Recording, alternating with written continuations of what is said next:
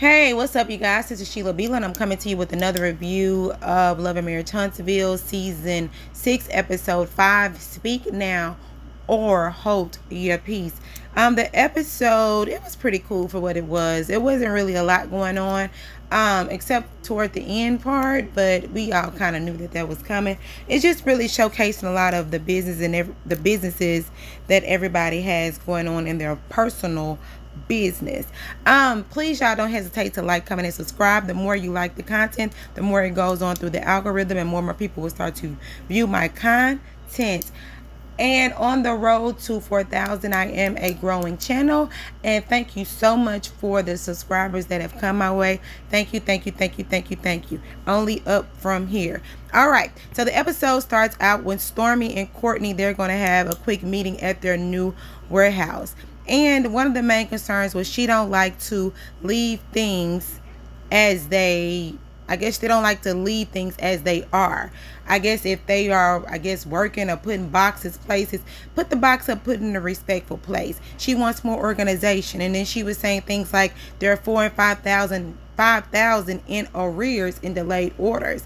The business is growing. The business is booming. And they are not being able to pack the orders as pro-efficient as they would like. They were saying every time that there's a late order, they would have to give something for free. Hey, give a free hand sanitizer or something, child. But anyway, she starts to cry because she takes it very personal. This is her baby. This is her business, which is understandable. And she feels like they should take it as personal as she does, but she feels like it's not being done that way. So she asked them, what can we do? What's going on? Talk to me. Tell me what's going on. And I believe it was her cousin Junior said that we need more hands. And she was just like, okay, need more hands. But in the same token, yes, business is growing, but it's still two people doing a one person's job. She feels like they are not showing enough productivity. There should be more. And, so after they were talking about all of that, I know Courtney was like, and if y'all don't really like what she's saying, then y'all gonna have to hit that door, because there are really no excuses as to why orders are being fulfilled, things are being just laid around, not put up. There are really no excuses for that. And even though they feel like they need more hands, but Stormy says, yeah, we could use more people, but she wants the people that are there now to be pushed to their maximum capacity, because she feel like they don't need no more. And then after the meeting was over, her and Courtney, they go and they have a sit down, and they kind of reiterate the whole thing about her crying and all that stuff. Courtney like, it's okay, it's cool or whatever, because you pretty much passionate about her job, so that's why she's crying. But yeah, she don't want to have to let nobody go, but if it comes to that point, then that's what she's going to have to do, because she don't want no holes in the ship. Because if the holes in the ship, then the ship gonna sink. Okay? So they got to do what they got to be done. If somebody got to be let go, then it is what it is. That's pretty much it. So now Melody is having a meeting with her office staff. She said that she really is considering taking the, the speaking arrangement with the Core 6 that Tisha presented before them. She said, but she has to, she's booked and busy. She got to look and talk to her team and let them know where she is and where she's supposed to be for 2023. So, they giving it to her. They like, yeah, the skincare line is doing good. Down the pipeline, they over $1 million in sales. They got movies and modeling. They trying to book her in Dubai. Child, Mel is booked and busy, and rightfully so. She should. And after they, talk about all that, everybody's happy. They take the office picture photo, and it's like, boom, boom, boom, Mel, we gonna get you where you need to be, and then some. And so after everybody leaves, she sit down and she has a one-on-one with her, I believe that's her business manager. And she wants to know, Mel, how are you doing mentally, physical, like what's going on? And then Mel says, you've been divorced, you know how it is. And she said, she's going through a life crisis, and she has to continue to check on her mental health. And she said, she's just trying to keep the kids as normal as possible, the same way that it was with mommy and daddy. She wants to keep it as close as possible as she can when it's just her. and just trying to keep them on trips, birthday parties, or whatever they have going on. And then she was talking about the birthday party that she does have coming up with the two, I think it's Mariah and Malia, because their birthdays are a week apart. That's so funny. I have kids. My kids' birthdays are in May. My daughter's birthday is May 13th, and my son's birthday is May 21st. I said, Lord, how I was I was getting it in August, okay? You hear me? But anyway, she's just saying, she wants to just try to keep everything going as good and just make sure the kids aren't missing anything. But in the same token, she has to still be in a great place mentally so she can be there for her kids, and that's good. All right, so now you have Marcel and Leticia. They have this big slutty vegan thing going on. Slutty vegan is more like almost like a Meals on Wheels type. Not Meals on Wheels, like they're not giving anything, but they are more like food truckish. They don't really have a steady location.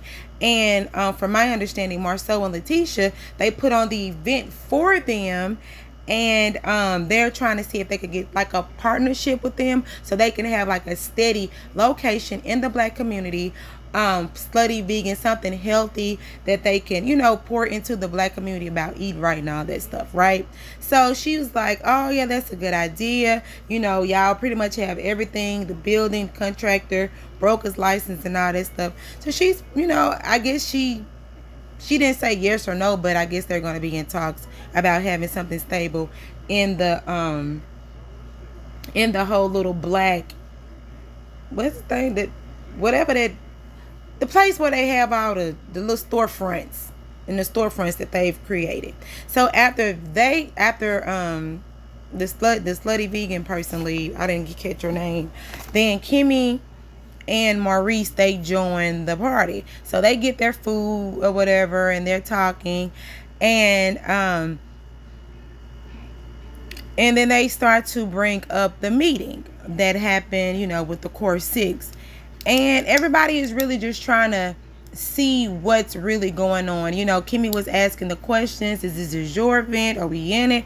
And Marcel was like, you know what? It's our event. You can be involved, pretty much. And then they started to say like, well, Kimmy was the main one. She was raising the concerns because she was just like, some people are on, or some people are on kind of different levels, and they feel as if they may need to be compensated for their time. And Leticia was just like, we're all pretty much busy. Our levels are all different. But Marcel was like, I ain't paying nobody for nothing, pretty much. And that's really what it is. And then I know Leticia and Marcel, they got in their confessional, and they were saying that Kimmy and Maurice sound more like the Holt. And Leticia was just like, yeah, because Kimmy is starting like, Mel, I need to get into them conversations so we can break up how much they are starting to be alike. But those are valid questions. Are we going to get paid? What are we doing? Like, what's really going on with this whole meeting grew up, but this meeting for the community that we talked about at the last meeting or whatever. But pretty much it's something that Marcel and Leticia are putting together. If they want to be a part of it, they can. If they don't want to be a part of it, then it is what it is. That's what I got from this whole conversation. All right, so now Martel and Marcel, they're getting together, and I actually like this part that they're helping each other. Almost he said like a barter system. Martel is supposed to help Marcel lose his, I guess his 40. What did he say? 40 pounds. Get in shape by whatever date, and Marcel is going to help Martel get his business license. And I think that is a really, really good gesture. I think that is a really good exchange, because if I knew someone that passed their test on their first time or whatever time, and if they can help me and give me insight, yeah, and in return I'll help you. But anyway, they start to talk about the Core 6 group. The Core 6 group is not a comeback group. Don't call it a comeback, because that's not what it is. and they were surprised of how well the meeting went. Basically, he was saying, Martel was saying that, well, maybe it was Marcel. He was saying that they already pretty much had a logistical. Is it logistical? They had an idea of what they wanted. They just wanted extra input. But even if they don't give the input that they need, everything is still going to go through with or without them. So, and Martel was just saying, well, that's really good that we have somebody to really just take ownership and just make it happen, instead of everybody just trying to put their two cents in it and nothing goes anywhere. And I get it. I kind of understand it, because somebody that's just taking it by the reins and making it happen, regardless, with or without you, pretty much. And then they bring up Mel and Martel's arrangements when it comes to, the visitation and the phone calls. And Martel brings up the birthday party that the kids are going to have, and he's not invited. And Marcel says Leticia is invited, and he was like, so when did Leticia and Melody get so close? And Marcel was just like, you know what, they just made a conscious effort to leave the past in the past, and they just gonna move forward. They not about to go back and forth between the two. And Martel is like, is it real? And he was like, yeah, they just gonna work it out and see where it goes. And if it does happen to not be where it is in the future, then at least they tried, I guess. But Martel is still in his feelings, because he was like, last year they had the party, I didn't get invited, I didn't get a phone call, I didn't get nothing. He said it's not fair that Melody gets to have his phone number and call when she wants to, when he has the kids, but vice versa, it's not the same, it's not reciprocated. And Marcel was just like, look, man, I can't give you no advice. You're gonna have to talk to Maurice about that. But Martel said he not letting up. He not. He gon' keep going until, I guess, he gets the communication that he needs. Because when it's involving his children, I mean, he wants to know. But I look at it like, man, it's a sad situation. But at the end of the day, like we've been going over ever since they've gotten a divorce, I mean, it's not Mel's responsibility to keep Martel in the loop of things when it's her time and when she has her children, well, their children. But would it be nice? Yes, it would be nice.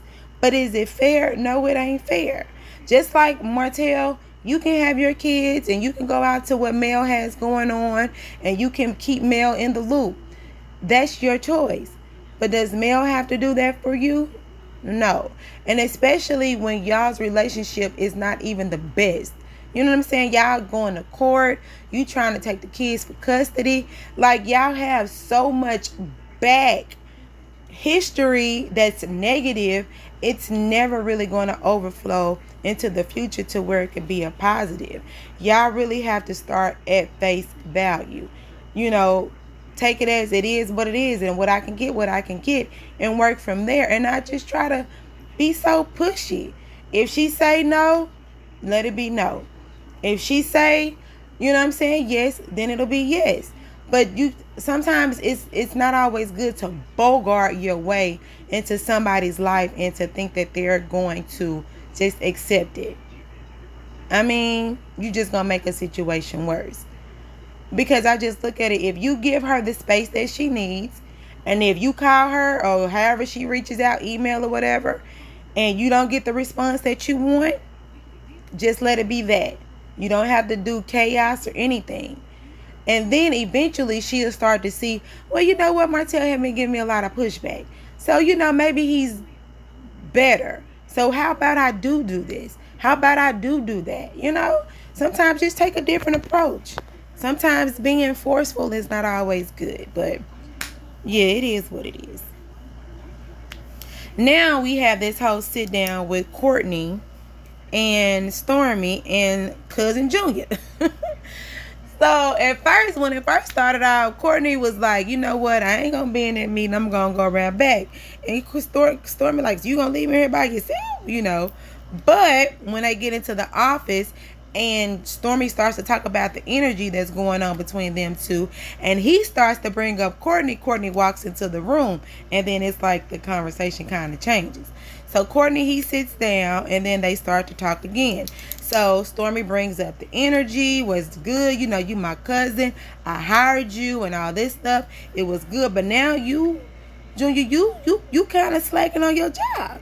But Junior says it's pretty much on Courtney because Courtney keep eyeing him. Ain't letting up. And so Stormy looks at Courtney and says, so you been riding Junior? And Courtney like, yeah, I've been riding Junior. And Junior just like, because he said he be late and all this stuff. But, and Courtney also said, I expect higher expectations because that's your cousin. But then Junior said, but your brother, he work here too. But my brother ain't never late. So what's your point? He talking about, I ain't late either. Y'all give us a 5-minute rule. Bruh, 5-minute rule mean you late. Just because it's a rule don't mean you have to abide by that rule, because they said sometimes you be 10 minutes late. He talking about, but it be traffic. And then they say when he get there, he on the phone. But Junior like, how you know what I'm doing when I get there, Courtney? You ain't never really here. But Courtney said, when I am here and when I see you, you on your phone. You really getting real relaxed. And Courtney don't like that.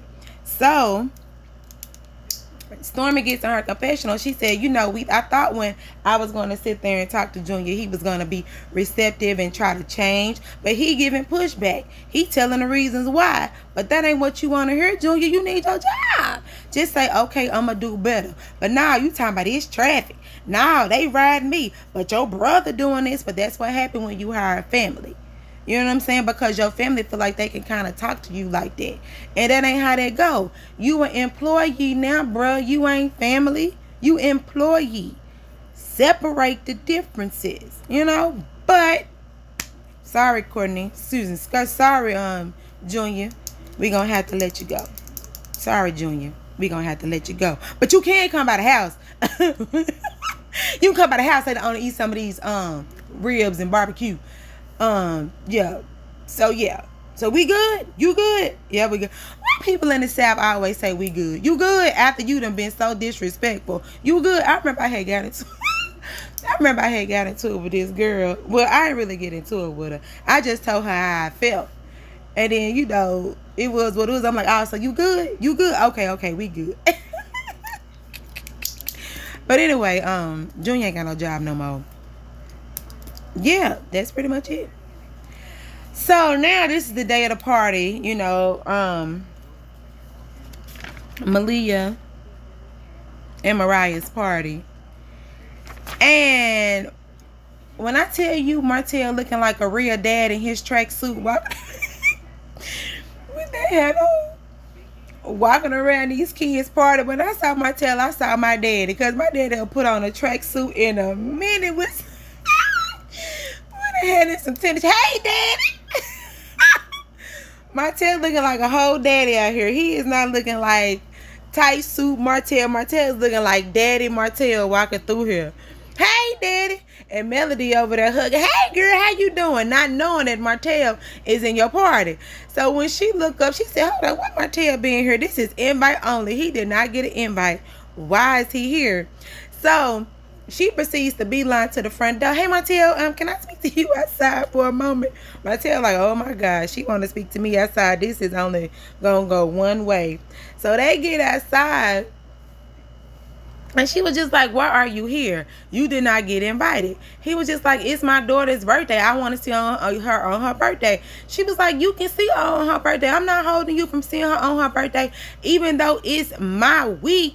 The way the year gap, what she said, the way the year is, it's an odd year. So it's my week. I'm not preventing you from seeing her. I'm just preventing you from seeing her right now at this party.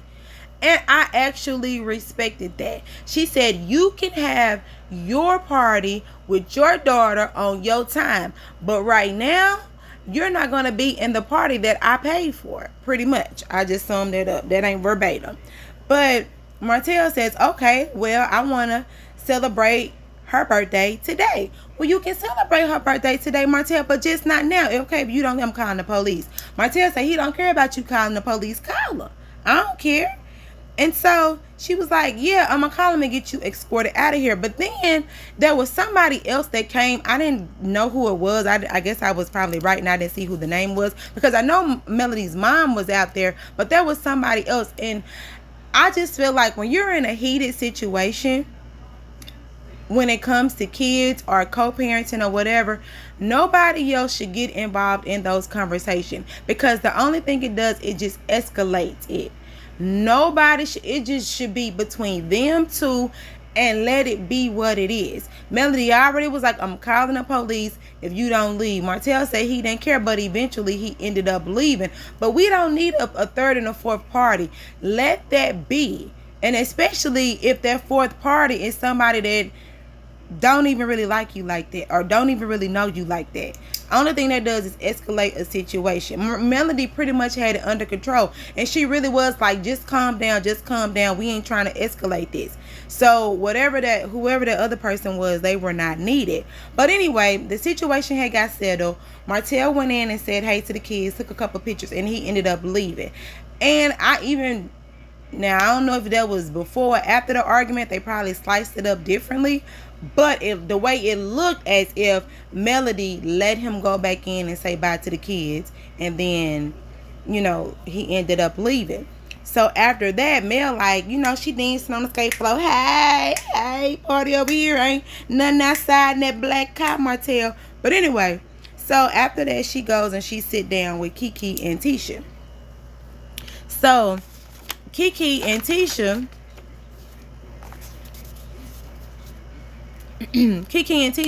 they over there, and Melody is actually happy that her and Tisha are on good terms. And Kiki was asking, like, what's going on over here? Like, how did y'all end up getting to this point?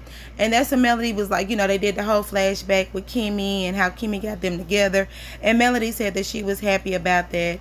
And yeah, Kiki said she was surprised to see her there. But they're just going to try to move forward. Mel says she don't know how it's going to be in the future. But as of right now, that's where they at.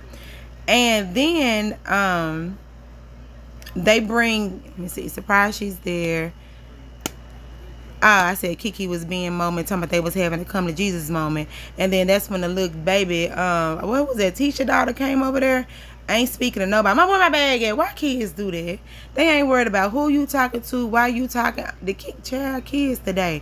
Say hello to Miss Mel. Oh, hey, Miss Mel. Mom, you got my bag? I said, ooh, these kids, they ain't studying y'all. But anyway, so that's when Mel was like, so what y'all got going on? Are you and Kiki, y'all having a come to Jesus moment? And then that's when Kiki begins to explain, I had to just kind of, go through and see and understand what I did. You know how Kiki get to talking and all this stuff. And then she brings up Tiffany, talking about, she ain't on good terms with Tiffany. And then they ended up bringing the whole tea. They're going to have a whole tea party. Mel begins to talk about, the tea party. They're going to have a communication specialist there, and it's going to talk about how to communicate respectfully and all of that stuff. And Mel gonna say she said we're gonna wear hats and things. I said okay, hats and things. But pretty much Kiki said she just wants to make sure that the people that are going to be having respectful communication are going to be 100% respectful to her. But Melody said, sometimes the best way to have respectful communication is pretty much not to say nothing. If somebody is coming at you the way that you don't like, just let it be. But everybody's going to be invited to the tea party, and looks like Kiki and Tiffany are going to have a back and forth, and they're going to hash out whatever. But now it's time for them to go and sing happy birthday to Mariah and Malia, and that's pretty much it. It goes off. So it looks like, like I said, this episode, it was okay. We already knew, and it's almost like A lot of this stuff get played out on YouTube and in the blogs and stuff like that. And when these things get put out in the blogs and YouTube and everybody is commenting on it, it really doesn't make it as eventful. Like, I believe this would have really, for me, this really would have been an explosive event if I never knew that it was going to happen.